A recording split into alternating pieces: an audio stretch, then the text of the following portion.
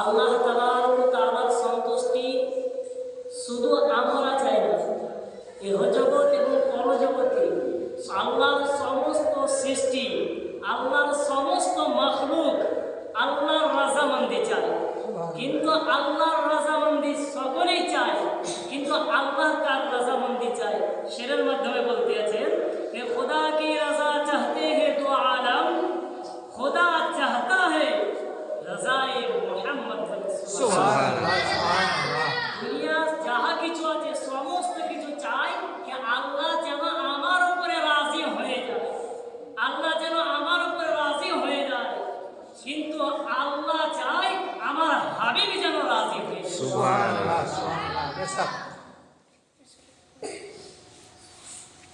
একটা শেরের মাধ্যমে বলতে আছে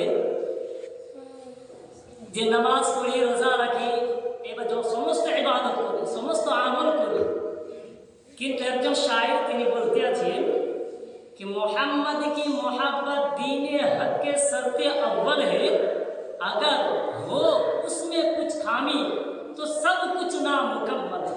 बेशक बेशक शायद তিনি নিজের জবানে এটাই বলতে চেয়েছে, হ্যাঁ মানুষেরা শুনে নাও, তুমি তোমার সমস্ত আমল, তুমি রাত্রিরে সারা রাত জাগরণ করে ইবাদত করে রাত কাটিয়ে দিলে, জিকিরের মাধ্যমে কাটিয়ে দিলে, কোরআন তেলাওয়াতের মাধ্যমে কাটিয়ে দিলে, দান খায়রাত করতে থাকলে, তুমি রোজা রাখতে থাকলে, নামাজ পড়তে থাকলে, ইত্যাদি আমল করতে থাকলে, কিন্তু শুনে নাও সমস্ত আমল করলে, কিন্তু তুমি তোমার অন্তরে যদি চুল পরিমাণ রসুলের পাকের মোহাব্বত, রসুলের পাকের প্রতি বুগজ থাকে, গুস্তাখি থাকে, তো তোমার সমস্ত কিছু নামুকাম্মাল হবে। সুবহানাল্লাহ। এর প্রমাণ পবিত্র কোরআন পাকে আল্লাহ বলে দিয়েছেন, ইন কুনতুম তুহিব্বুনাল্লাহ ফাত্তাবিউনি ইউহিব্বুকুমুল্লাহ ওয়া ইয়াগফির লাকুম যুনুবাকুম ওয়াল্লাহু গফুরুর রহিম। আল্লাহ তাবারক ওয়া তাআলা পবিত্র কোরআন পাকে এলান করে দিয়েছে, হাবিব আপনি বলেন, আপনি বলুন, যদি তোমরা আমাকে পেতে চাও, যদি তোমরা আমাকে ভালোবেসে থাকো, আমাকে ভালোবাসতে চাও, তো শোনো হাবিব, আপনি তাদেরকে বলে দেন, হ্যাঁ দুনিয়াবাসী শোনো, তা আপনি তাদেরকে বলে দেন তারা যেন আপনি রসুলের মোহাব্বত করে, ইতাআত করে বলে। যদি তারা আপনার উম্মত ও উম্মতিরা যদি এমনটা করে, আপনার প্রতি মোহাব্বত করে, আপনার ইতাআত করে, তো আমি আল্লাহ কি করবো? আল্লাহ বলে ওয়া ইয়াগফির লাকুম যুনুবাকুম, আমি তাদের সমস্ত গুনাহকে মাফ করে দেব, কারণ আমি গুনাহ মাফ করনে वाला। তো মুসলমান, সর্বপ্রথম আল্লাহ তাবারক ওয়া তাআলার প্রশংসা, যে আল্লাহ রাব্বুল ইজ্জত আজ আমাদেরকে এই নবীর মাহফিল, এই জান্নাতের বাগানে এসে বসার তৌফিক দান করেছে। যে আল্লাহ রাব্বুল ইজ্জত আমাদেরকে অন্য কোথাও না রেখে, কোনো গুনাহের জায়গায় না রেখে, এই নেকির জায়গাতে এসে বসার তৌফিক দান করেছেন। যে আল্লাহ রাব্বুল ইজ্জত আমাদেরকে নিজের প্যারা মাহবুব সাল্লাল্লাহু আলাইহি ওয়াসাল্লামের শ্রেষ্ঠ উম্মত বানিয়ে দুনিয়ার বুকে পাঠিয়েছেন, যে নবীর উম্মত হওয়ার জন্য অন্য নবী আর রাসূল তিনারা আকাঙ্ক্ষিত থাকতেন।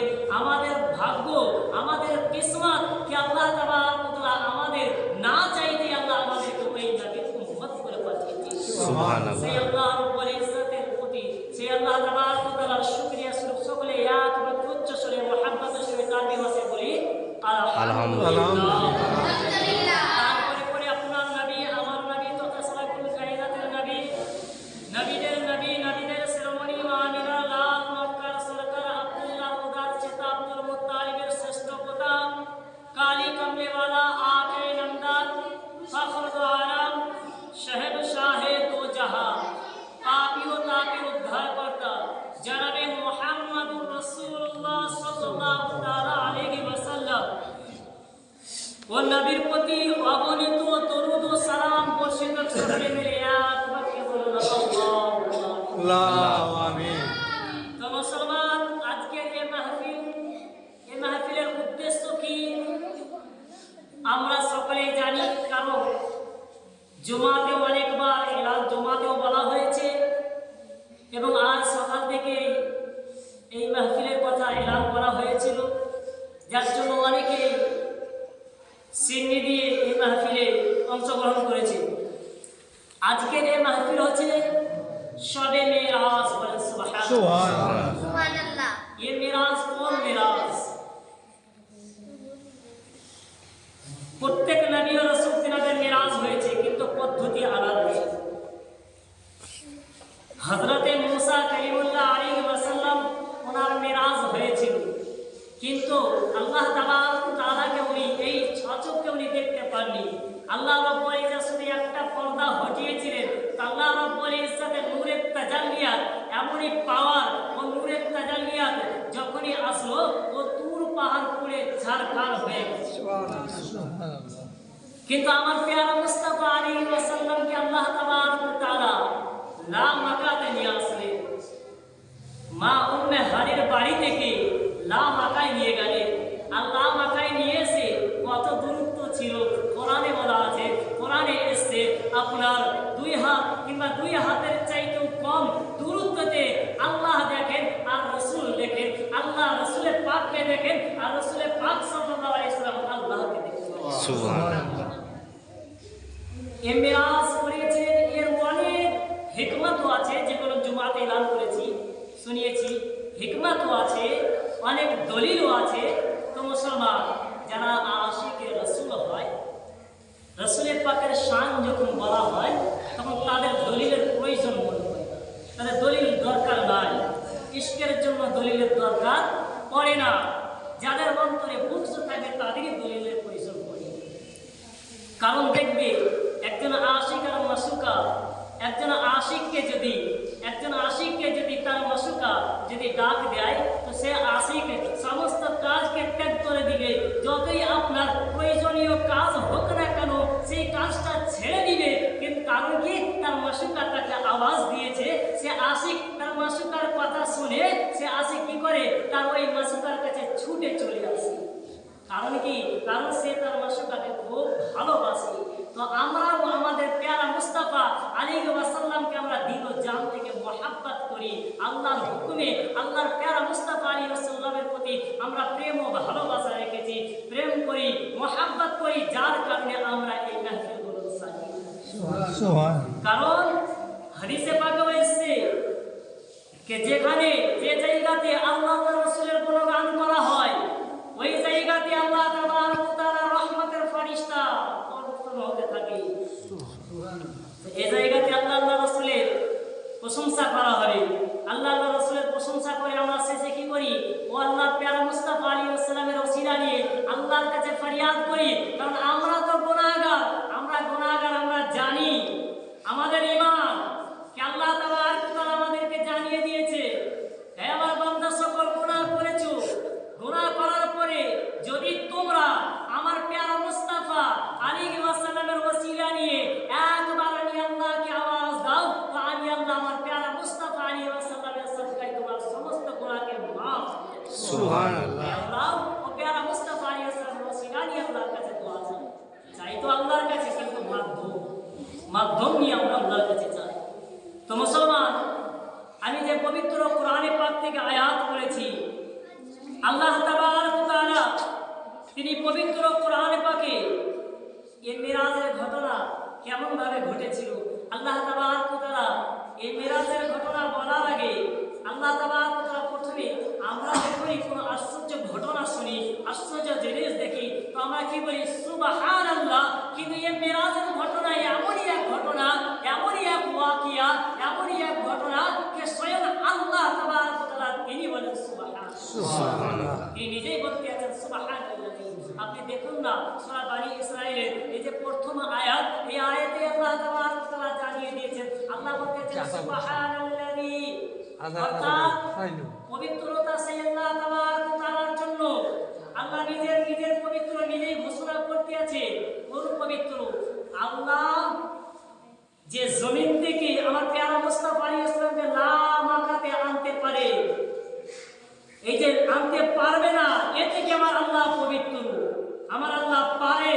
যার কারণে আমার আল্লাহ তাবারক ওয়া তাআলা এই জমিন থেকে আমার প্যারা মুস্তাফা আলাইহিস সালামকে লা মাকাতে নিয়ে এসেছে। সুবহানাল্লাহ। তারপরে বলতেছেন আসরা বিআবদিহি লাইলাম মিনাল মাসজিদিল হারামি ইলাল মাসজিদিল আকসা। আল্লাহ তাবারক ওয়া তাআলা বলতেছেন আমি আমার প্যারা মুস্তাফা খাস বান্দা ও রাসূলকে নিয়ে গেছি কোথায়, ওই যে রাত্রির কিছু অংশতে, পুরো রাত লাগেনি, রাত্রির কিছু অংশতে, লাইলার কিছু অংশতে মসজিদে হারাম হইতে মসজিদে আকসা পর্যন্ত নিয়ে গেছি।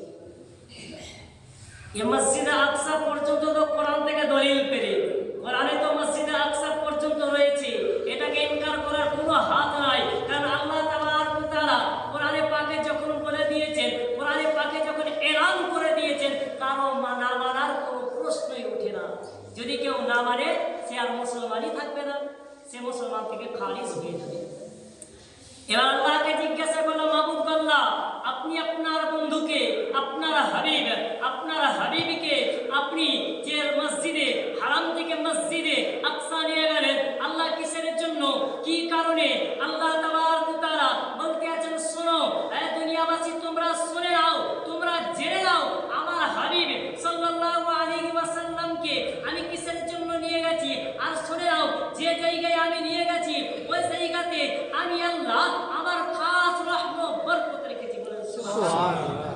শুধু তাই নয়, নিয়ে গেছি কিসের জন্য এটাও শুনে নাও, যাতে করে আমি আমার প্যারা মাহবুবকে, আমার হাবিবকে, আমার নিশানি করে আমার হাবিবকে যেন দেখাই। আর বলতে আছেন আরো, ইন্নাহু হুয়াস সামিউল বাসীর। বলেন সুবহানাল্লাহ। নিশ্চয়, আল্লাহ বলতেছেন নিশ্চয় আমার হাবিব ওই নিশানিগুলো দেখে এবং আমার হাবিব শুনে। বলেন সুবহানাল্লাহ। হে মুসলমান, এই মিরাজের ঘটনা তো আমরা প্রত্যেক বছর শুনি। কেউ যদি বলে নতুন ঘটনা শোনা, মিরাজ সম্পর্কে নতুন ঘটনা শোনা, আমার ক্ষমতা নেই। মিরাজের ঘটনা আমি কি নিজে থেকে তৈরি করবো?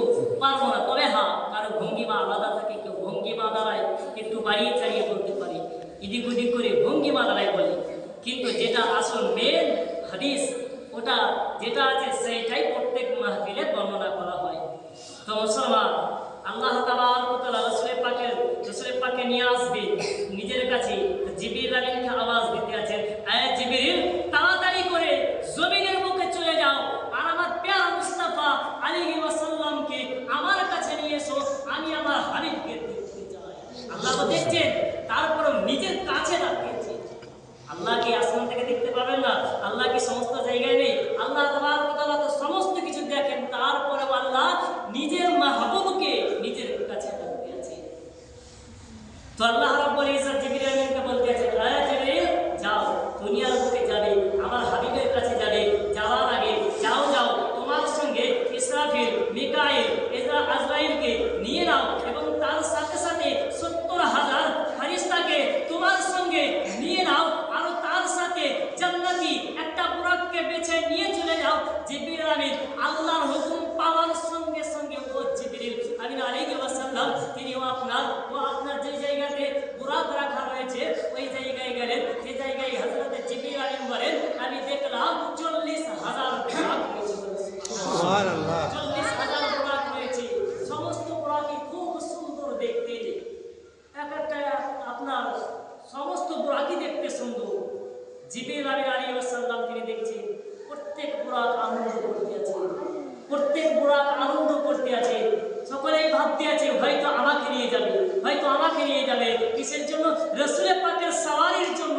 হয়তো আমাকে নিয়ে যাবে, হয়তো আমাকে নিয়ে যাবে। সকলেই আকাঙ্ক্ষিত হয়ে সকলেই আপনার সুন্দরভাবে সেজে দাঁড়িয়ে রয়েছে।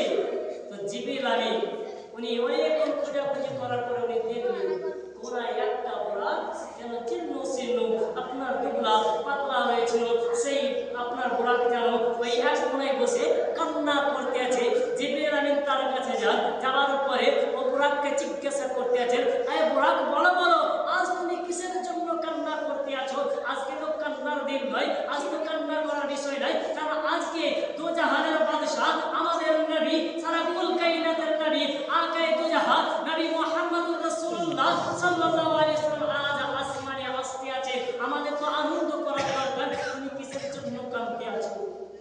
ও বুরাক বলতে আছে, আমার মনে খুব আকাঙ্ক্ষা ছিল, আমি এই জন্য আমি দুঃখের কান্না, আমি এই জন্য কান্না করতে নয়, আমি এই জন্য কান্না করি না।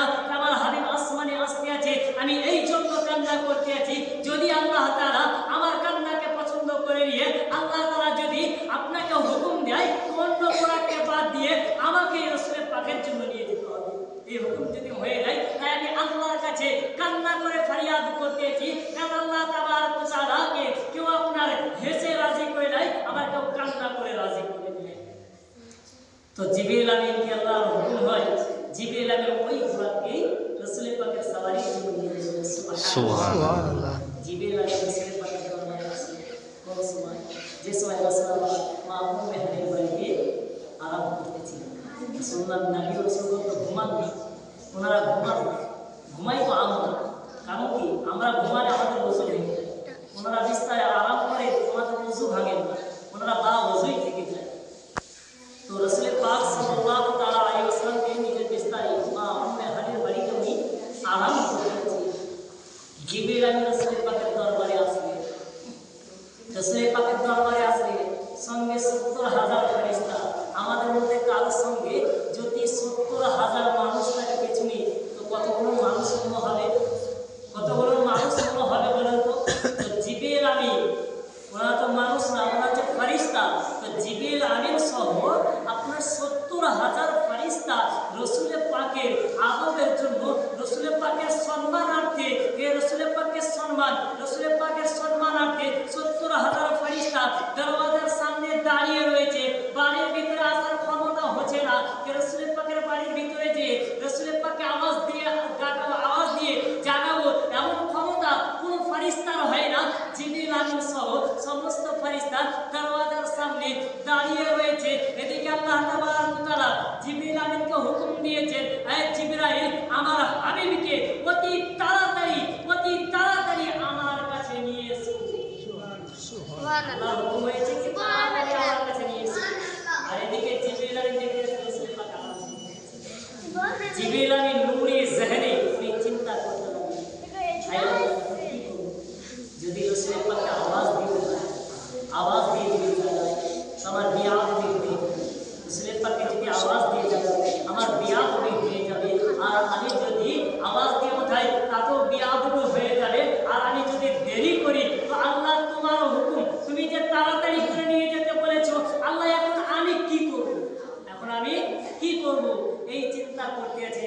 আল্লাহ রাব্বুল ইজ্জত জিবরিল আমিনকে জানিয়ে দিলেন, হে জিবরাইল, চিন্তা করতে হবে না, যাও আমার প্যারা মুস্তাফা আলাইহি ওয়াসাল্লামের তালওয়া মুবারাকায়, পা মুবারাকায়, কদম মুবারাকায় তুমি তোমার ঠান্ডা ঠোঁট মুবারককে আমার প্যারা মুস্তাফা আলাইহি ওয়াসাল্লামের কদমে লাগিয়ে দাও। যদি তোমার ঠান্ডা ওই ঠোঁট মুবারক যখন আমার প্যারা মুস্তাফা আলাইহিস সালামের কদমে স্পর্শ করবে, তোমার মুখের ঠান্ডা, তোমার ঠোঁটের ঠান্ডা আমার হাবিবের পা মুবারকে যখন লাগবে, তো আমার হাবিব জেগে উঠবে। ওই সময় আমার হাবিবকে আমার হুকুমটা জানিয়ে দিবে। হে মুসলমান, জিবরিল আমিন আল্লাহর হুকুম অনুযায়ী জিবরিল আমিন নিজের ঠান্ডা এই ঠোঁট দুখানাকে রাসূল পাকের কদমে যখনই লাগিয়ে দিলেন, রাসূল পাক একটু জেগে উঠলেন। জিবরিল আমিন বলেন, ইয়া রাসূলুল্লাহ, আল্লাহ রাব্বুল ইজ্জত আপনার দিদারের জন্য ইন্তজার করেন। আল্লাহ তাবারক ওয়া তাআলা আপনার সঙ্গে দিদার করতে চান। রাসূল পাক শুনলেন, আবার আরাম করতে লাগলেন। শোনার সঙ্গে সঙ্গে আবার আরাম করলেন। কয়েকবার এভাবে জানানো হয়েছিল।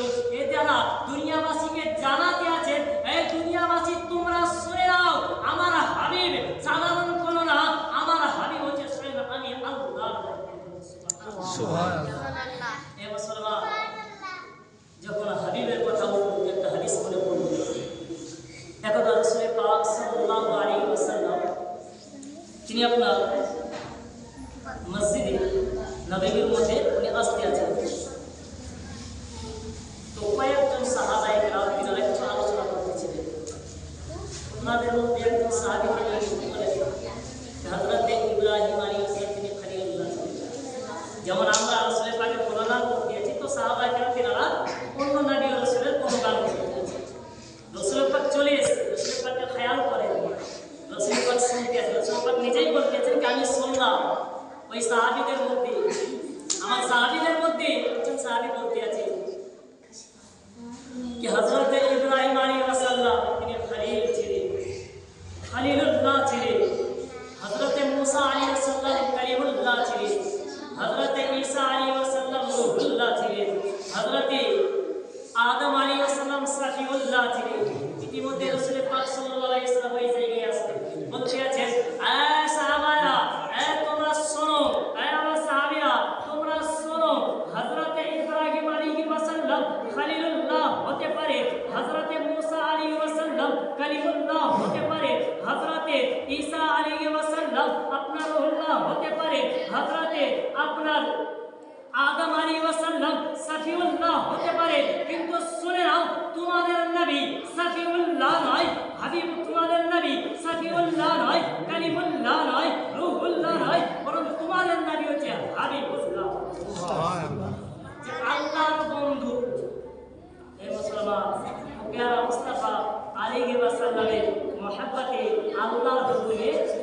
কে তলবা চাকরি, কে তলবাতে বসালেন, যিনি ফারিস্তাদের লিডার, যিনি ফারিস্তাদের লিডার, সমস্ত নবী ও রাসূলের কাছে যিনি এসেছেন, কিন্তু কারো কদম বসি করেননি।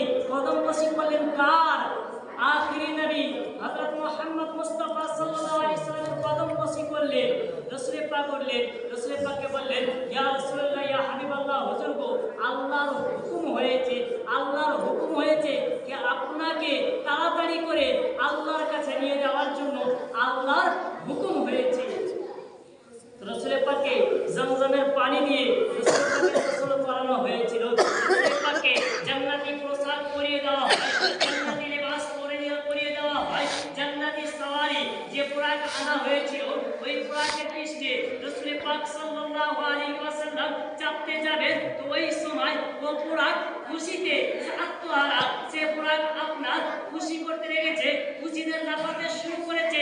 জিবরিল আমিন বলতেছে, আরে পোশাক তোমার কি হয়েছে, তুমি এমন করে লাফাতে আছো? সে পোশাক এসে বলতেছে, হে আয় জিবরিল, আমি নাফরমানিতে লাফাই না, আর আমি রাসূল পাক যে আমার পিঠে চাপবে, আমি এই আনন্দে, এই খুশিতে আমি নিজের খুশিটাকে আটকাতে পারছি না। জিবরিল আমিন বলতেছে, হে পোশাক, তোমার আনন্দ ঠিক আছে, কিন্তু তুমি এটাও মনে রাখো, আজ তোমার পিঠে যিনি আসতে আছে, তোমার পিঠে আজ যিনি সওয়ার হতে আছে, ইনি কিন্তু দো জাহানের বাদশা। আল্লাহ তাআলা যিনাকে জান্নাতের মালিক করেছেন, হাউজে কাউসারের মালিক করেছেন, মিজানের সময় মিজানে যিনি শাফাআত করে আপনার গুনাহগার উম্মতদেরকে পার করে দিবে, শাফাআতের মালিক আল্লাহ রাব্বুল ইজ্জত রাসূল পাককে করেছেন, যে নবী সমস্ত নবীদের নবী, সমস্ত ফেরেশতাদের নবী, এই নবীর যেন খুশি করতে যে যাতে করে তোমার কোনো রকমের বেয়াদবি না হয়ে যায়। ওরা শোনার সঙ্গে সঙ্গে সে কাঁপতে কাঁপতে স্থির হয়ে যায়। সে লাফাতে ছিল খুশিতে, সে স্থির হয়ে যায়। কারণ যে একটাই, যাতে করে রাসূল পাকের প্রতি কোনো পরিমাণ যেন আমার বেয়াদবি না হয়। জিবরিল ফেরেশতাগণ রাসূল পাকের আমল করেছে, কিন্তু আজ দুঃখের বিষয় আমাদের মধ্যে কিছু মানুষ মুনাফিক টাইপের মানুষ রয়েছে, মুনাফিক টাইপের মানুষ রয়েছে, তারা মুনাফিকি করে, তারা রাসূল পাকের মহব্বতটা বুঝতে পারে না।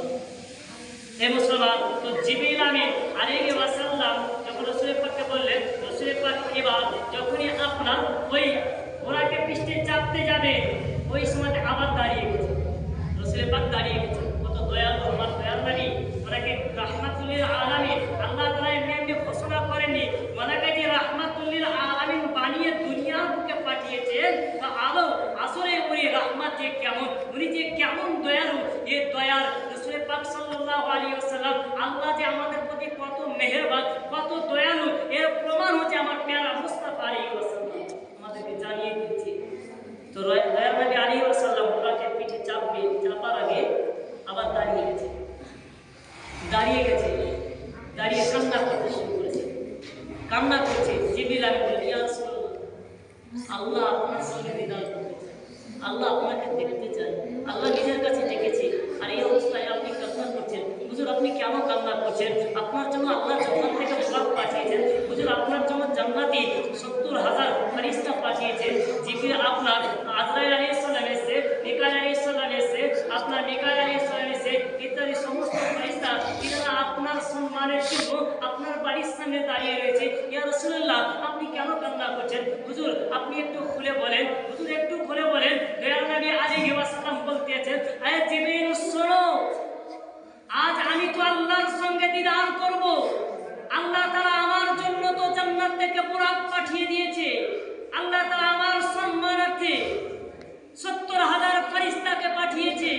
আল্লাহ তাআলা আমার জন্য সমস্ত ফেরেশতাদেরকে আমার তাজিমের জন্য, আমার সম্মানার্থে আমার বাড়ির কাছে, আমার গেটে পাঠিয়ে দিয়েছে। কিন্তু এ জিবরিল, তুমি শোনো, আমার গুনাহগার উম্মত তারা কমজোর হবে, তাদের কি হবে হাসরের ময়দানে, তাদের কি হবে? এই গুনাহগার